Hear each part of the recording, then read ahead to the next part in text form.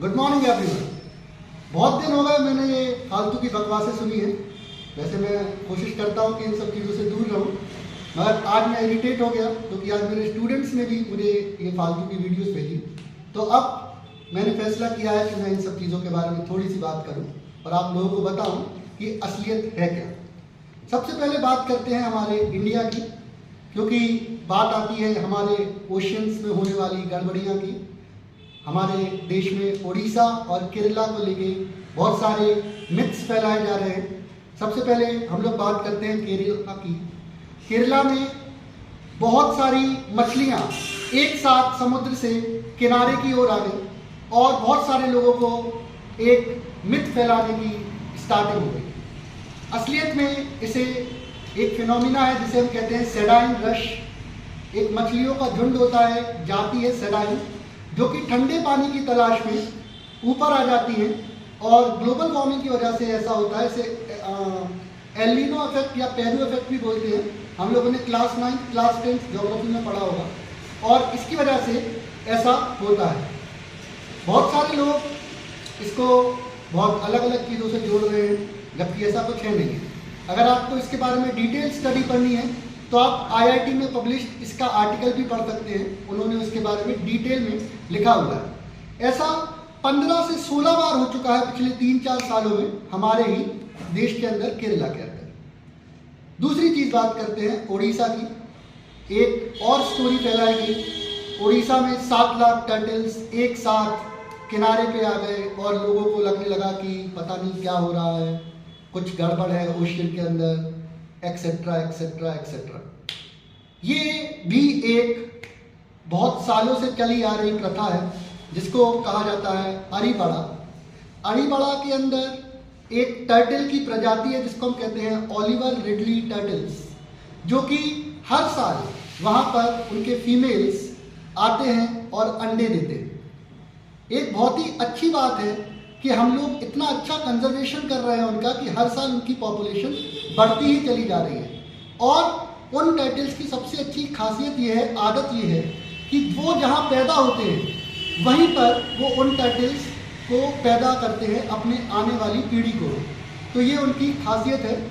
इसमें भी कोई डरने वाली बात नहीं है। ये भी एक फिनोमिना है जो सालों से चलता आ रहा है।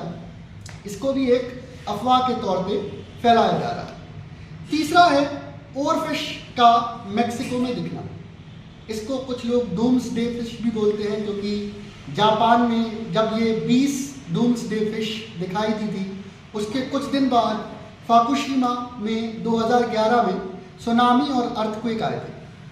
माना ये जब भी दिखाई देती है तो वहाँ पर भूकंप आते हैं। मेक्सिको रिंग ऑफ फायर में पाया जाता है। अर्थक्वेक का रिंग ऑफ फायर आपने क्लास 9 में पढ़ा होगा।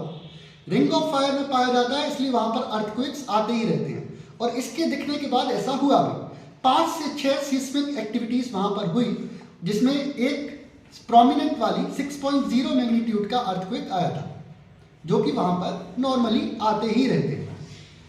ये नॉर्मली चलता रहता है। लोगों ने इसके बारे में भी एक अफवाह फैला दी कि ओवरफिश आ गई है, अब बहुत खतरा होगा, ये होगा वो होगा। ऐसा कुछ भी नहीं।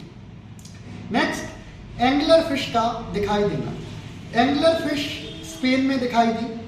वहाँ के कुछ लोगों ने उसको ऐसे सिनेमैटिक तरीके से दिखाया जैसे कि कोई खतरनाक सी चीज़ हो। एंगलर फिश के बारे में बता देता हूँ। एंगलर फिश जो है वो बहुत डीप सी में पाया जाता है, 650 से 700 मीटर डाउन पाया जाता है। एंगलर फिश तभी ऊपर आते हैं जब वो मरने वाले हों, जब वो घायल हो। वो एंगलर फिश भी मरने वाली थी, इसलिए वो बाहर आई थी और आके कुछ ही समय में उसकी डेथ भी हो गई थी। और वो भी कोल्ड वाटर ढूंढने आई थी, वही एल नीनो इफेक्ट सेम, और आके उन्होंने थोड़ी देर में उसकी डेथ हो गई। इस बारे में कोई बात नहीं कर रहा है। ये भी एक अफवाह फैलाई जा रही है, फालतू की अफवाह कि ज़मीन के अंदर, पानी के अंदर कोई लेवाइथन ग्रो हो रहा है। उसके बारे में थोड़ी देर में बात करें। अब नेक्स्ट बात करते हैं ऑस्ट्रेलिया की। ऑस्ट्रेलिया के टैस्मेनिया के कोस्ट पे पाई गई बहुत सारी वेल्स।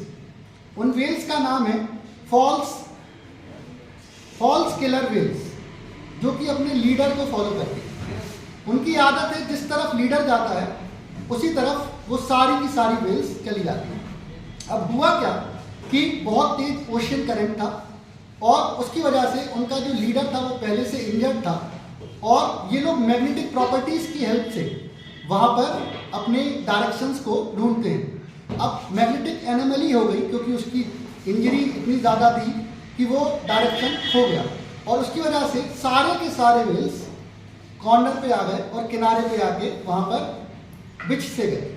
अब बहुत सारे लोगों ने उसको वापस भेजने की भी कोशिश करी मगर ओशियन करंट इतना तेज था कि और वो काफ़ी कमज़ोर भी हो चुकी थी लेटने की वजह से काफ़ी देर, तो वो वहाँ पर रह गई और फिर वो नहीं जा पाई। अब ये भी एक अफवाह फैलाई है कि जब सोचो कि किलर व्हेल्स जब बाहर आ रही हैं तो समुद्र के अंदर कुछ ना कुछ बहुत ही खतरनाक होगा, ऐसा कुछ भी नहीं है। ये भी ठंडे पानी की तलाश में बाहर आती हैं और मोस्टली केसेस में ये होता रहता है ऑस्ट्रेलिया और न्यूजीलैंड में। ऑस्ट्रेलिया में ये 2002 में हुआ था और न्यूजीलैंड में ये अभी 2018 में हुआ था जब 140 से ऊपर किलर व्हेल्स ऐसे ही कॉर्नर में पाई गई थी। नेक्स्ट एगेन सी टर्की में पाया जाता है। एगेन सी में पानी में क्रॉस बने हैं, क्यूब्स बने हैं। वो क्यूब्स को देख के लोगों ने कहा कि ये तो लेवाइथन है, लेवाइथन पानी से निकल रहा है, ऐसा वैसा, ऐसा कुछ भी नहीं है। ये भी एक फिनोमिना है जिसको हम कहते हैं क्रॉस सीज। जब दो ओशियन करंट्स जो कि डिफरेंट डायरेक्शन से आ रहे हो और एक दूसरे से 90 डिग्री पे जब वो टकराते हैं तब वो क्यूब्स बनाते हैं, इसे क्रॉस सीज कहा जाता है। आप आसानी से इसको क्लास 9 में पढ़ सकते हो या फिर गूगल सर्च कर सकते हो, आसानी से आपको ओशियन करंट्स वाले में ये टॉपिक मिल जाएगा। इसमें होता क्या है कि बहुत तेज सी करंट बनता है जिससे स्विमर्स, शिप्स और बोट्स इनको खतरा हो सकता है, जो कि बहुत ही डेंजरस होता है। वहाँ पर उस जगह पर नहीं जाना चाहिए, मगर इसको लेके भी लेवाइथन वाला मिथ मचाया गया है। कोई बात नहीं, आगे बढ़ते हैं। मैं आपको इसके मेन रीजन बताता हूँ ये सब चीज़ें होती क्यों हैं। सबसे मेन रीज़न है इसका सीस्मिक एक्टिविटीज़ जो पानी के अंदर होती है। सीस्मिक एक्टिविटीज़ का मतलब भूकंप आना या फिर वॉल्केनो इरप्ट होना, क्योंकि ये दोनों एक साथ होते हैं, साइमल्टेनियसली होते हैं मोस्ट केसेस के अंदर। तो ये मोस्टली यही चीज़ें उस चीज़ को अफेक्ट करती हैं। दूसरी चीज़ है, अगर कोई मछली को चोट लगी हो या कोई मछली मरने वाली हो तो वो मछली भी पानी के ऊपर आ जाती है और ऊपर आके वो ख़त्म हो जाती है। तीसरा जो कि सबसे डेंजरस चीज़ है, जो हमारी गलती है, सी का टेम्परेचर इंक्रीज होता जा रहा है, जिसकी वजह से जो इतनी भी मछलियाँ हैं वो ऊपर की तरफ आ रही हैं या कॉर्नर की तरफ आ रही हैं in search of cold water, और इसी वजह से उनकी डेथ भी हो रही है कॉर्नर पे आने से।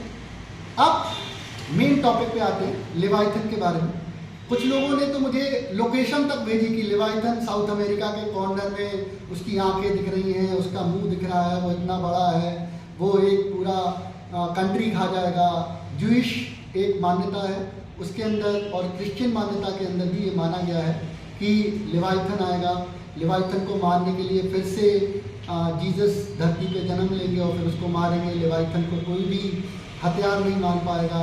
और यही सेम मान्यता हमारे इंडिया में भी है।